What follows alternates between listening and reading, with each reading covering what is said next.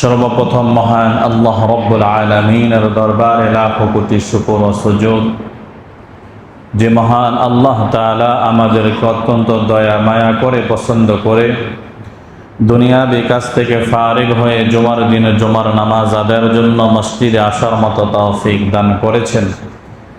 সেই মহান রব্বুল আলামিনের দরবারে সকলে জবান খুলে উঁচু আওয়াজ একবার কালিমাতুশ শুকর আদায় করি, আলহামদুলিল্লাহ।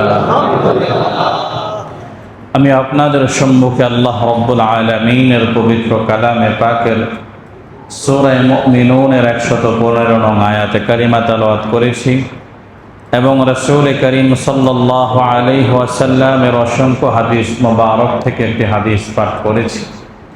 আল্লাহ তাআলা যদি তৌফিক দান করেন তাহলে এর প্রেক্ষিতে সংক্ষিপ্ত কিছু আলোচনা করার চেষ্টা করব ইনশাআল্লাহ তাআলা। বিগত কয়েক জুমা যাবতীয় এই আয়াত ও হাদিসের উপরে আলোচনা চলতেছে, যে আয়াতের মধ্যে আল্লাহ রাব্বুল আলামিন মানুষদেরকে উদ্দেশ্য করে বলতেছেন, আফা হাসিবতুম আন্নামা খালাকনাকুম আবাসান ওয়া আন্নাকুম ইলাইনা লা তুরজাউন। তোমরা কি মনে করেছো আমি তোমাদেরকে অনর্থক সৃষ্টি করেছি আর আমার কাছে তোমাদের আর ফিরে আসতে হবে না? অর্থাৎ এই কথাটা মনে করা অত্যন্ত বোকামি এবং ভুল বিষয়। আপনার সকলের এই দুনিয়ার হায়াতে জিন্দেগির হিসাব দেওয়ার জন্য আল্লাহ রাব্বুল আলামিনের কাছে আবার উঠতে হবে। আর যেই দিন আল্লাহ রাব্বুল আলামিনের কাছে আমরা আমাদের দুনিয়ার জিন্দেগির হিসাব দেওয়ার জন্য আবার একত্রিত হব, জমা হব, উঠব, সেই দিনটার নাম হচ্ছে হাসরের দিন, ময়দানে মাহশার, হাসরের ময়দান। আর হাসরের ময়দানটা হবে খুব ভয়াবহ, কঠিন অবস্থা হবে। আর সেই কঠিন ভয়াবহ মুসিবতের দিনে আল্লাহ রাব্বুল আলামিনের আরশের ছায়া ব্যতীত আর কোনো ছায়া থাকবে না। সেই দিন আল্লাহ রাব্বুল আলামিন তার কিছু বান্দাদেরকে তার আরশের ছায়ার নিচে স্থান দান করবেন। কাদেরকে দান করবেন? আল্লাহ রাব্বুল আলামিনের হাবিব জনাবে মুহাম্মদুর রাসূলুল্লাহ সাল্লাল্লাহু আলাইহি ওয়াসাল্লাম থেকে আমি যে হাদিসটি পাঠ করেছি, সেই হাদিসের মধ্যে 7 শ্রেণীর ব্যক্তির আলোচনা করেছেন, যে এই 7 শ্রেণীর ব্যক্তি আল্লাহ তাআলার আরশের নিচে ছায়া পাবে, যেই দিন আরশের ছায়া ছাড়া আর কোনো ছায়া থাকবে না। আল্লাহর নবী বলেন, সাবআতুন ইউযিল্লুহুমুল্লাহু ফি যিল্লিহি ইয়াওমা লা যিল্লা ইল্লা যিল্লুহু। যেই দিন আল্লাহ তাআলার আরশের ছায়া ব্যতীত আর কোনো ছায়া থাকবে না, সেই দিন 7 শ্রেণীর ব্যক্তি আল্লাহ তাআলা আরশের নিচে স্থান পাবে। 1 নম্বর হচ্ছে আল ইমামুল আদিল, ন্যায়পরায়ণ শাসক, ন্যায়পরায়ণ বিচারক, ন্যায়পরায়ণ ব্যক্তি, ইনসাফগার ব্যক্তি আল্লাহ তাআলার আরশের নিচে ছায়া পাবে।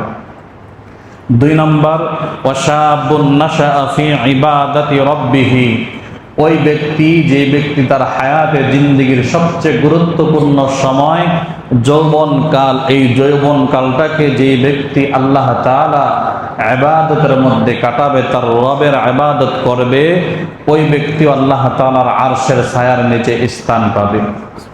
3 নম্বর হচ্ছে ওয়ারাজুলুন কলবুহু মুআল্লাকুন ফিল মাসাজিদ, ওই ব্যক্তি যার অন্তর সর্বদা আল্লাহ তাআলার ঘর মসজিদের সাথে লাগা থাকবে, ওই ব্যক্তিও আল্লাহ তাআলার আরশের নিচে স্থান পাবে।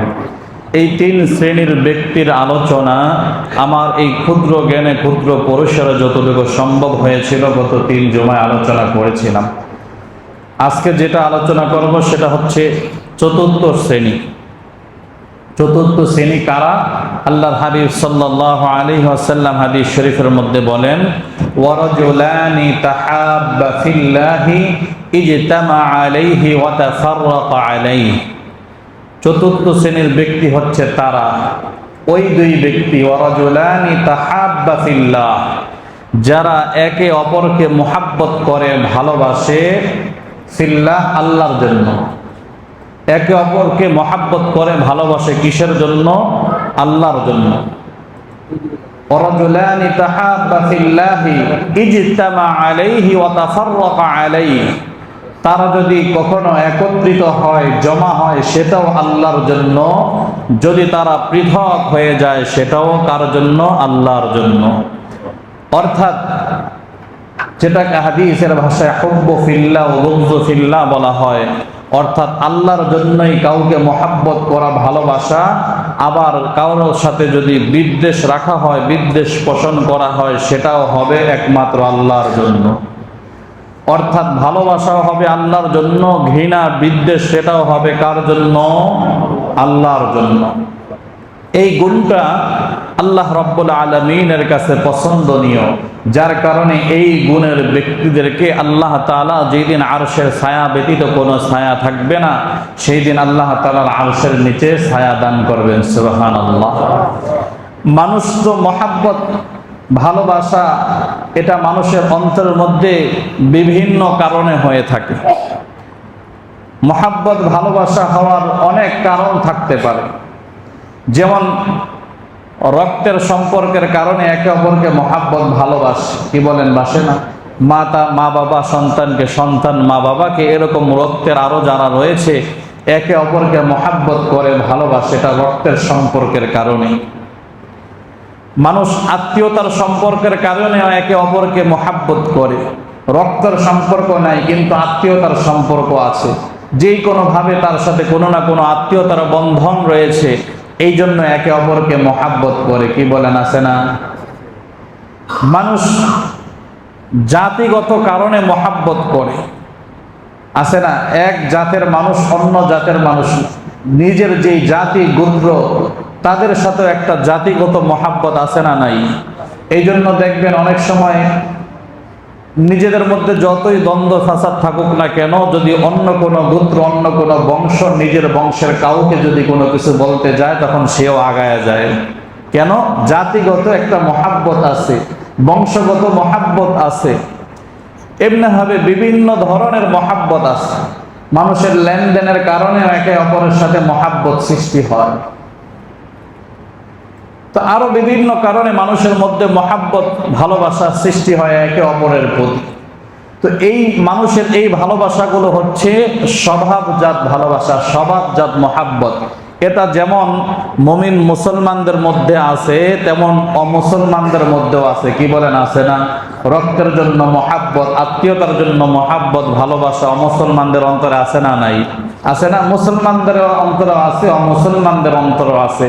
শুধু মানুষ না, আপনারা যদি পশু পাখি অন্য অন্য যে জীবজন্তু আছে তাদের দিকেও যদি তাকান, তাহলে দেখবেন তাদের মধ্যে এই স্বভাবজাত একটা মহাব্বত ভালোবাসা আছে, কি বলেন, আছে না?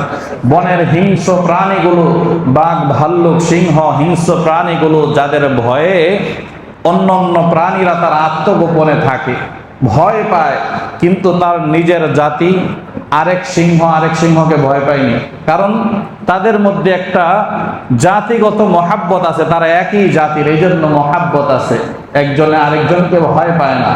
তো এই ধরনের মহাব্বত প্রাণী জগতের মধ্যে আছে। কিন্তু একটা মহাব্বত এমন আছে, কিছু মানুষের অন্তরে মহাব্বত এমন আছে যে একে অপরকে মহাব্বত করে ভালোবাসে, সেটা রক্তের সম্পর্কের কারণে নয়, আত্মীয়তার সম্পর্কের কারণে নয়, বা জাতিগত কোনো সম্পর্কের কারণে নয়, বরঞ্চ সেই সম্পর্কটা হচ্ছে আল্লাহ তাআলার জন্য।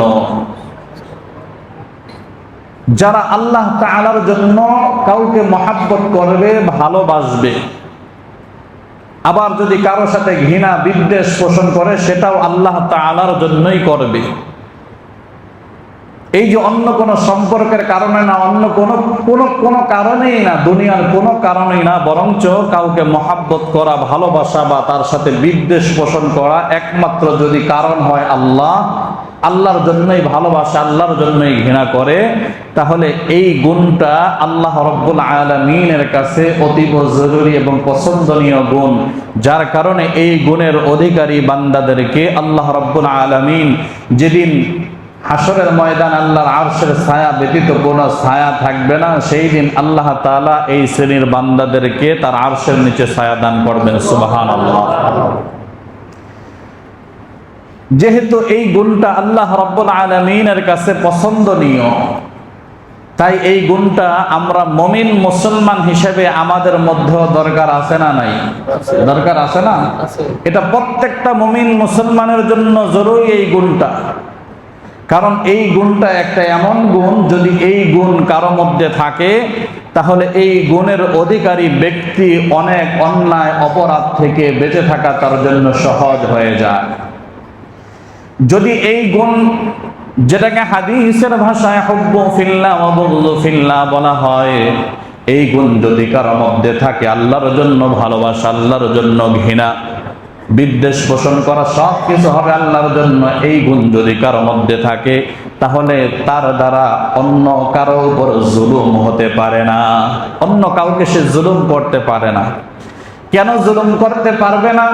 কারণ সে তো আল্লাহকে ভালোবাসে। সে অন্য কারো উপর যদি জুলুম করতে যায়, সে ভাববে এই যে মাখলুকের উপর জুলুম করতেছে সে তো আল্লাহ তাআলার সৃষ্টি, আল্লাহকে যেহেতু ভালোবাসি, আল্লাহর সৃষ্টির উপর আমি কিভাবে জুলুম করব? সে তো মানুষ তো দূরের কথা, আল্লাহ তাআলার কোন মাখলুক, কোন প্রাণীর উপরেও সে জুলুম করতে পারে না। কারণ সে ভালোবাসে কাকে? আল্লাহকে, আল্লাহর জন্য ভালোবাসে। আর আল্লাহকে ভালোবাসলে, যে যাকে ভালোবাসে তার সমস্ত কাজগুলো, তার বিষয়গুলো, তার চলাফেরা, তার সব কিছুই কিন্তু তার ভালো লাগবে। এটাই কিন্তু স্বাভাবিক। কি বলেন, কথা ঠিক ঠিক কিনা? এটা ভালোবাসার দাবি, যে যাকে ভালোবাসবে তার সব কিছুই তার ভালো লাগবে।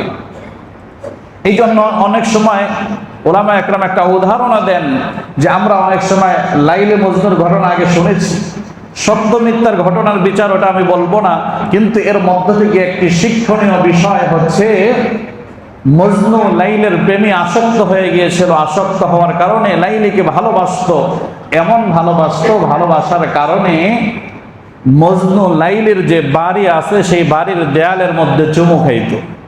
এক সময় কেউ কেউ দেখলো যে ওই বাড়ি থেকে একটা কুকুর বের হয়েছে, সেই কুকুরের পায়েও চুমু খায়। তো লোকেরা জিজ্ঞাসা করে, ও মজনু, তুমি এই দেয়ালকে কেন চুমু খাচ্ছ? তুমি কুকুরকে কেন চুমু খাও? মজনু জবাব দেয়, এটা কিন্তু যেন তেন কোনো দেয়াল না, যেন তেন কোনো কুকুর না, এটা আমার ভালোবাসা লাইলির বাড়ির দেয়াল, এটা লাইলির বাড়ির কুকুর, এই জন্য চুমু খাই। এটা থেকে ওলামা একরাম অনেক সময় উদাহরণ দিয়ে বোঝায় যে যে যাকে ভালোবাসবে তার সব কিছুই ভালোবাসবে। সুতরাং আল্লাহকে যদি কেউ ভালোবাসে, আল্লাহর মাখলুককেও ভালোবাসবে।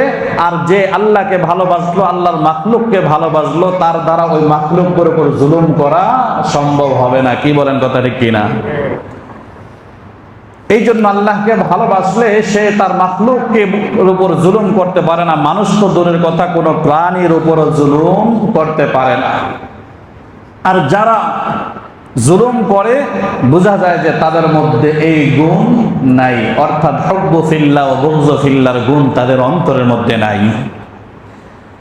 এই গুণ যদি কারো অন্তরের মধ্যে থাকে, সে ব্যক্তির কাছে কোরআন ও হাদিসের কথাগুলো ভালো লাগবে, দ্বীনের কথাগুলো ভালো লাগবে। কারণ কোরআন ও হাদিসের যখন কথা শুনবে, সে ভাববে যদিও এটা যেই কোনো ব্যক্তি বলুক না কেন, এটা তার নিজের কথা না, বরং কথাগুলো কার? আল্লাহর। হাদিস হলে কথাগুলো তার নবীর। এই জন্য কোরআন ও হাদিসের কথা শুনলে ভালো লাগবে। কোরআন ও হাদিসের যদি কেউ বিরোধিতা করে, আল্লাহ আল্লাহর রাসূলকে নিয়ে যদি কেউ কোনো কটূক্তি করে, তখন তার মধ্যে খারাপ লাগবে। কেন? সে আল্লাহকে ভালোবাসে, আল্লাহর রাসূলকে ভালোবাসে, আর তাদেরকে নিয়ে কেউ কটূক্ত করলে তার খারাপ লাগবে। কিন্তু আমাদের মাঝে এই গুণের খুব অভাব। অভাব আছে না নাই? আছে না অভাব? এই জন্য দেখেন 90-95% মুসলমানদের দেশেও নাস্তিক মোরতাদেরা আমার আপনার নবীকে নিয়ে বিভিন্ন সময় দেখবেন কটূক্তি করে, বিভিন্ন সময় কথা বলে। আমরা মুসলমান দাবিদার হয়ে তার প্রতিবাদ করার ক্ষমতাটুকু আমরা রাখি না, ইচ্ছাটুকুও রাখি না। মুষ্টিময় কিছু বান্দা যাদের মধ্যে হুব্বু ফিল্লাহ আছে, তারাই হয়তোবা ওই সময় প্রতিবাদ করে। রাখি তো নাই। অনেক মুসলমান এমনও আছে, যখন কোনো মুসলমান এই সকল বিষয়ে প্রতিবাদ করে, বিশেষভাবে আলেম সমাজ যদি এই সকল বিষয়ে প্রতিবাদ করে, তখন তাদেরকে আর উল্টা বলে, এত বাড়াবাড়ির কি দরকার আছে? নাউজুবিল্লাহ বলবেন না? যেখানে তাদের প্রতিবাদ করার কথা ছিল, প্রতিবাদ তো করেই না, বরঞ্চ আরো কি বলে, যখন যারা প্রতিবাদ করে তাদের এই প্রতিবাদ করাটাকে বাড়াবাড়ি বলে। আমরা বিভিন্ন সময় দেখিয়েছি যে আমার আল্লাহর রাসূলকে নিয়ে কটূক্তি করেছে, যারা কটূক্তি করেছে তাদের কোনো বিচার নাই, শাস্তি নাই, বরঞ্চ যারা এর প্রতিবাদ করেছে তাদেরকে শাস্তির আওতায় নিয়েছে। তাদেরকে দমানোর জন্য বিভিন্ন বাহিনী পর্যন্ত রাস্তায় নেমেছে। কি বলেন আপনারা, দেখছেন না? তাহলে বোঝা যায়, এর মাধ্যমে কি বোঝা যায়? তাদের মধ্যে হুব্বু ফিল্লাহ বুগযু ফিল্লাহ এই গুণ তাদের অন্তরের মধ্যে নাই। অথচ প্রত্যেকটা মুমিন মুসলমানের অন্তরের মধ্যে তো এই গুণটা বিদ্যমান থাকার দরকার ছিল, কারণ এটা মুমিনের জন্য অতীব জরুরি বিষয়, গুরুত্বপূর্ণ বিষয়। বরঞ্চ এই আমলটা, এই গুণটা আল্লাহ তাআলার কাছে অনেক পছন্দনীয় গুণ। হুব্বু ফিল্লাহ ওয়া বুগযু ফিল্লাহ, আল্লাহর জন্য মহাব্বত করা, ভালোবাসা, আল্লাহর জন্য কাউকে বিদ্বেষ পোষণ করা, এই গুণটা কত উচ্চ মানের গুণ। আল্লাহর হাবিব সাল্লাল্লাহু আলাইহি ওয়াসাল্লাম হাদিসের মধ্যে এই গুণের গুরুত্ব ও ফজিলত আলোচনা করেছেন অনেক। এক হাদিসের মধ্যে আল্লাহর নবী বলেন, আফদালুল আমালি আল হুব্বু ফিল্লাহি ওয়াল বুগযু ফিল্লাহ, আল্লাহর কাছে যে সকল প্রিয় আমলগুলো রয়েছে, আফদালুল আমাল, প্রিয় উত্তম আমলগুলোর মধ্যে একটা উত্তম আমল হচ্ছে সে আল্লাহর জন্য মহাব্বত করবে, আল্লাহর জন্য বিদ্বেষ পোষণ করবে। এটা আল্লাহ তাআলার কাছে উত্তম আমলগুলোর মধ্যে একটা আমল। সুবহানাল্লাহ। অন্য আরেক হাদিসের মধ্যে আল্লাহর হাবিব সাল্লাল্লাহু আলাইহি ওয়াসাল্লাম বলেন, ইন্নাল আহাব্বা ইলাল্লাহি তাআলা আল হুব্বু ফিল্লাহি ওয়াল বুগযু ফিল্লাহ, আল্লাহ রাব্বুল আলামিন এর কাছে পছন্দের মহাব্বতের আমল সমূহের মধ্যে একটা আমল হচ্ছে আল্লাহর জন্য কাউকে ভালোবাসবে, আল্লাহর জন্য কাউকে মহাব্বত করবে। আবার কারো সাথে যদি ঘৃণা প্রদর্শন করে, বিদ্বেষ রাখে, সেটাও আল্লাহর জন্যই করবে। শুধু তাই না, এই আল্লাহর জন্য ভালোবাসা এবং আল্লাহর জন্য বিদ্বেষ পোষণ করা, এটা পূর্ণাঙ্গ ঈমানের আলামত। আল্লাহর হাবিব সাল্লাল্লাহু আলাইহি ওয়াসাল্লামের এক হাদিস শরীফের মধ্যে বলেন, মান আতা লিল্লাহি ওয়া মান আলিল্লাহ, মান আহাব্বা লিল্লাহ ওয়া মান আবগাদা লিল্লাহ ফাকাদ ইসতিকমালাল ঈমান। আল্লাহর নবী বলেন, মান আতা লিল্লাহি ওয়া মান আলিল্লাহ, কেউ কাউকে কিছু দিবে সেটাও আল্লাহর জন্য দিবে, কাউকে দেওয়া থেকে বিরত থাকবে সেটাও আল্লাহর জন্যই দেওয়া থেকে বিরত থাকবে, কাউকে মহাব্বত করবে, ভালোবাসবে, সেটাও আল্লাহর জন্যই ভালোবাসবে, কারো প্রতি বিদ্বেষ রাখবে সেটাও আল্লাহর জন্যই রাখবে। এই গুণ যার মধ্যে আছে, আল্লাহর নবী বলেন, ফাকাদ ইসতাকমালাল ঈমান, সে হচ্ছে পরিপূর্ণ মুমিন। তাহলে এই গুণটা পরিপূর্ণ ঈমানের লক্ষণ, পরিপূর্ণ মুমিনের লক্ষণ। যার মধ্যে এই গুণ নাই, তার মধ্যে পরিপূর্ণ ঈমান নাই, ঈমানের কমতি রয়েছে, দুর্বলতা রয়েছে। আর যদি এই গুণ কেউ অর্জন করতে পারে, তাহলে এর ফজিলতটাও তো অনেক বেশি। যেহেতু এই গুণটার গুরুত্ব বেশি, এর ফজিলত, এর লাভও অনেক বেশি। এক তো হচ্ছে যে এই গুণ অর্জন করলে এটা সবচেয়ে আল্লাহ তাআলার কাছে পছন্দনীয় আমল, প্রিয় আমল। আর এই আমল যারা করবে তারা হাসরের ময়দানে আল্লাহ তাআলা আরশের নিচে ছায়া পাবে।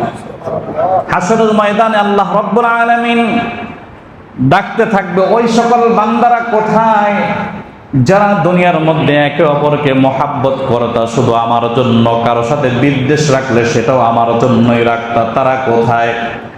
তখন তাদেরকে ডেকে ডেকে আল্লাহ রাব্বুল আলামিন বলবেন, তোমরা আজকে আমার এই আরশের ছায়ার নিচে তোমরা স্থান নিয়ে নাও। সুবহানাল্লাহ। শুধু তাই না, আল্লাহর হাবিব সাল্লাল্লাহু আলাইহি ওয়াসাল্লাম হাদিস শরীফের মধ্যে বলেন, এই আল্লাহর জন্যই কাউকে মহাব্বত করা, ভালোবাসা, আর আল্লাহর জন্য কারো প্রতি বিদ্বেষ রাখা, এই গুণটা আল্লাহ তাআলার কাছে এত পছন্দনীয়। আল্লাহ তাআলা বলেন, কেউ যদি এই গুণ অর্জন করে, আমার জন্য কেউ মহাব্বত করে, আমার জন্য কেউ বিদ্বেষ পোষণ করে, তাহলে সে যেন আমি আল্লাহকে সরাসরি মহাব্বত করলো এবং আমাকেই সেই সম্মান এবং মর্যাদা করলো। সুবহানাল্লাহ। আমাকেই সেই সম্মান দিল, মর্যাদা দিল। আর যেই ব্যক্তি এই গুণ অর্জন করবে, অর্থাৎ আল্লাহর জন্য কাউকে মহাব্বত করবে, আল্লাহর জন্যই কারো প্রতি বিদ্বেষ রাখবে, আল্লাহর হাবিব সাল্লাল্লাহু আলাইহি ওয়াসাল্লাম বলেন, আল্লাহ তাআলা বলেন ওই বান্দাকেও আমি আল্লাহর জন্য মহাব্বত করা আবশ্যক হয়ে যায়, জরুরি হয়ে যায়। সুবহানাল্লাহ। তা আল্লাহ যদি কাউকে মহাব্বত করে, ভালোবাসে, তাহলে তার আর কোনো চিন্তা থাকতে পারে? কি বলেন, থাকতে পারে? থাকতে পারে না। তার কোনো পেরেশানি থাকতে পারে না। এই হাদিসের শেষে আল্লাহর হাবিব সাল্লাল্লাহু আলাইহি ওয়াসাল্লাম একটা আয়াতও তেলাওয়াত করেন, সূরা ইউনূসের 62 নং আয়াত, আলা ইন্না আউলিয়া আল্লাহ লা খাউফুন আলাইহিম ওয়া লা হুম ইয়াহজানুন। আল্লাহ তাআলা বলেন, যারা আল্লাহর বন্ধু হবে, যাদেরকে আল্লাহ তাআলা ভালোবাসবে, যারা আল্লাহ তাআলার বন্ধু হবে, তাদের কোনো চিন্তা নাই, তাদের কোনো পেরেশানিও নাই। তাহলে এই গুণটা অনেক ফজিলতপূর্ণ, গুরুত্বপূর্ণ, যেই গুণের কারণে স্বয়ং আল্লাহ তার বান্দাকে ভালোবাসে, মহাব্বত করে। আর এক হাদিসের মধ্যে আসছে, এক ব্যক্তি তার এক ভাইয়ের সাথে সাক্ষাতের জন্য বের হয়েছে। পথিমধ্যে আল্লাহ রাব্বুল আলামিন একজন ফেরেশতাকে মানুষের রূপ ধারণ করে ওই ব্যক্তির কাছে পাঠিয়ে দিয়েছে। রাস্তার মধ্যে সাক্ষাৎ, ও ভাই তুমি কোথায় যাও? বলে অমুক জায়গায় যাইতেছি, অমুকের সাথে সাক্ষাৎ করার জন্য যাইতেছি। বলে তার সাথে কেন সাক্ষাৎ করবে? তার সাথে তোমার সম্পর্ক কি কোনো রক্তের সম্পর্ক আছে নাকি? কয় না, রক্তের কোনো সম্পর্ক নাই। আত্মীয়তার সম্পর্ক আছে নাকি? কয় না, আত্মীয়তার সম্পর্কও নাই। বলে তার কাছে কি তোমার কোনো লেনদেন আছে নাকি? লেনদেনের কোনো সম্পর্ক আছে নাকি? নাই। ওই ব্যক্তি বলে লেনদেনেরও কোনো সম্পর্ক নাই। বলে যে কেন যাও, কি জন্য যাও? বলে জবাব দেয়, আমি এই জন্যই তার সাথে সাক্ষাৎ করতে যাচ্ছি, কারণ তাকে আমি আল্লাহর জন্য ভালোবাসি। কার জন্য ভালোবাসি? আল্লাহর জন্য ভালোবাসি। আল্লাহ রাব্বুল আলামিন ওই ফেরেশতার মাধ্যমে ওই বান্দাকে জানায় দেয় যে তুমিও বলে দাও আল্লাহ তাআলাও তোমাকে এরকমই ভালোবাসেন। সুবহানাল্লাহ। তাহলে আল্লাহর ভালোবাসা, আল্লাহর মহাব্বত পাওয়ার একটা আমল হচ্ছে হুব্বু ফিল্লাহ বুগযু ফিল্লাহ। আল্লাহর জন্যই কাউকে মহাব্বত করবে, আল্লাহর জন্যই কারো প্রতি বিদ্বেষ রাখবে। উভয়টাই হবে আল্লাহর জন্য। অর্থাৎ এই হাদিসের মাধ্যমে আমাদেরকে, মুমিন মুসলমানদেরকে এ কথাই ইঙ্গিত দিচ্ছে যে তোমরা যা কিছুই করো না কেন, সেটা সব কাজগুলো হতে হবে কার জন্য? আল্লাহর জন্য। আল্লাহর জন্যই সব কাজ হতে হবে। আর আমরা যদি আল্লাহর হাবিব সাল্লাল্লাহু আলাইহি ওয়াসাল্লাম এবং তারা সাহাবীদের জীবনের দিকে তাকাই, তাহলে এমন অসংখ্য নজির, অসংখ্য ঘটনা আছে যেই ঘটনাগুলো এ কথার প্রমাণ বহন করে যে তাদের মধ্যে হুব্বু ফিল্লাহ বুগযু ফিল্লাহ, অর্থাৎ আল্লাহর জন্য ভালোবাসা, আল্লাহর জন্য বিদ্বেষ পোষণ করা, এই গুণ কি পরিমাণ বিদ্যমান ছিল। আল্লাহর হাবিব সাল্লাল্লাহু আলাইহি ওয়াসাল্লাম সরকারে দু আলম, দু জাহানের সরদার, শ্রেষ্ঠ নবী, শ্রেষ্ঠ মানব। আর তার এক সাহাবী আছে, যে সাহাবীর নাম হযরত বেলাল হাফসী রাদিয়াল্লাহু তাআলা আনহু। নাম তো সকলেই জানেন, জানেন না? বেলাল হাফসী রাদিয়াল্লাহু তাআলা আনহু এবং আল্লাহর নবী, এই যে দুইজন ব্যক্তি, একজন হচ্ছে সরকারে দু আলম, শ্রেষ্ঠ মানুষ, শ্রেষ্ঠ নবী, আর এর বিপরীতে আরেকজন হাফসী বংশের একজন লোক। হাফসী যারা সাধারণত কালো হয়, কালো, দেখতে তেমন সুন্দর না। বেলাল রাদিয়াল্লাহু তাআলা আনহুর ঠোঁটগুলো ছিল মোটা মোটা, দেখতেও কালো। আবার ইসলাম ধর্ম গ্রহণের পরেও সে ছিল আরেকজনের গোলাম। তাহলে একদিকে হচ্ছে গোলাম, আরেকদিকে কালো, ঠোঁট মোটা। এরপরও এমন একজন ব্যক্তির সাথে সরকারে দু আলম নবী মুহাম্মদুর রাসূলুল্লাহ সাল্লাল্লাহু আলাইহি ওয়াসাল্লামের সাথে মহাব্বত। আমরা দুনিয়ার মধ্যে দেখি একে অপরের সাথে মহাব্বত, ভালোবাসা থাকে কেমন? মোটামুটি সেম সেম, সমানে সমানের মতো, ঠিক না? যে যেমন তার সাথে আরেকজন এরকম মানুষেরই মহাব্বত, মিল মহাব্বত থাকে। কিন্তু দেখেন, একজন সরকারে দু আলম, আরেকজন হচ্ছে সাধারণ একজন গোলাম, তাদের সাথে কেমন মহাব্বত। এই যে তাদের যে অন্তরের একটা মহাব্বত, এই মহাব্বতটা কিসের কারণে? আল্লাহর জন্য। আল্লাহর জন্য মহাব্বত, এছাড়া অন্য কোনো কারণে না। দুনিয়ার কোনো মাকসাদের মধ্যে নাই, কারণ দুনিয়ার মাকসাদ থাকলে সমানে সমানে হয়। আর তাদের মহাব্বতটা কেমন ছিল, একটু একটা ঘটনা শুনাইলে বুঝে আসবে তাদের মধ্যে কেমন মহাব্বত ছিল। বেলাল রাদিয়াল্লাহু তাআলা আনহু আল্লাহর নবীকে কেমন মহাব্বত করতেন, যে আল্লাহর নবী যখন ইন্তেকাল করলেন, যে মদিনার মধ্যে নবীজিকে বেলাল রাদিয়াল্লাহু তাআলা আনহু সবসময় দেখতেন, এখন ইন্তেকালের পরে নবীজিকে এখন আর দেখতে পারেন না। তাদের অন্তরের মহাব্বত ভালোবাসা টানতে এমন ছিল যে এই টান মহাব্বতের কারণে যেই মদিনায় থেকে আমি নবীজিকে এতদিন দেখেছি, সেই মদিনায় এখন নবীজিকে দেখব না, সেই মদিনার মধ্যে তার জন্য থাকা কষ্টকর হয়ে গেছে। মদিনায় থাকতে পারে নাই, মদিনা থেকে বের হয়ে গেছে, যেখানে আর নবীজিকে না দেখে কিভাবে থাকবো, আমি থাকতে পারবো না, এই জন্য মদিনা থেকে চলে গেছে। আর বেলাল রাদিয়াল্লাহু তাআলা আনহুর প্রতি ও নবীর মহাব্বত, অন্তরের ভালোবাসা টান কেমন ছিল, যখন মদিনা থেকে চলে গেছে কিছুদিন পরে হযরত বেলাল রাদিয়াল্লাহু তাআলা আনহু স্বপ্নে নবীজির সাথে সাক্ষাৎ হয়েছে। স্বপ্নের মধ্যে যখন সাক্ষাৎ হয়, নবীজি সাল্লাল্লাহু আলাইহি ওয়াসাল্লাম বেলাল রাদিয়াল্লাহু তাআলা আনহুকে বলতেছে, ও বেলাল, তুমি আমার প্রতি কি এমন জুলুম কেন করতেছো? বলে যে, ইয়া রাসূলুল্লাহ, কি জুলুম করতেছি? বলে যে, আমি জমিনের উপরে নাই, এই জন্য তুমি মদিনা ছেড়ে দূরে চলে গেছো, আমার থেকে দূরে চলে গেছো, এটা কি আমার প্রতি জুলুম না? অন্তরের কতটুকু মহাব্বত থাকলে ইন্তেকালের পরেও বেলাল রাদিয়াল্লাহু তাআলা আনহু মদিনা ছেড়ে দূরে যাওয়ার কারণে তাকে স্বপ্নের মাধ্যমে বলতেছে, তুমি আমার কাছ থেকে দূরে গেছো, মানে তুমি আমার প্রতি জুলুম করতেছো। যখন এই স্বপ্নে দেখে ঘুম ভাঙলো, ঘুম ভাঙার সাথে সাথে হযরত বেলাল রাদিয়াল্লাহু তাআলা আনহু মদিনায় ফিরে আসলেন। এই যে বেলাল রাদিয়াল্লাহু তাআলা আনহু মদিনায় ফিরে আসছেন, মৃত্যুর পূর্বে আর কোনোদিন মদিনা থেকে বের হয় নাই। সুবহানাল্লাহ। এই যে একটা অবস্থা, অন্তরের যেটা মহাব্বত ভালোবাসা, এটা দুনিয়ার কোনো মাকসাদ ছিল না। কিসের জন্য ছিল? লিল্লাহ, আল্লাহর জন্য। হুব্বু ফিল্লাহ, বুগযু ফিল্লাহ। তাদের এই ভালোবাসা মহাব্বত ছিল একমাত্র আল্লাহর জন্য। আল্লাহ নবীর সাহাবী হযরত আলী রাদিয়াল্লাহু তাআলা আনহু, নাম তো জানেন, বীর বাহাদুর। একবার হযরত আলী রাদিয়াল্লাহু তাআলা আনহু রাসূল করিম সাল্লাল্লাহু আলাইহি ওয়াসাল্লামের সাথে এক জায়গায় উপস্থিত।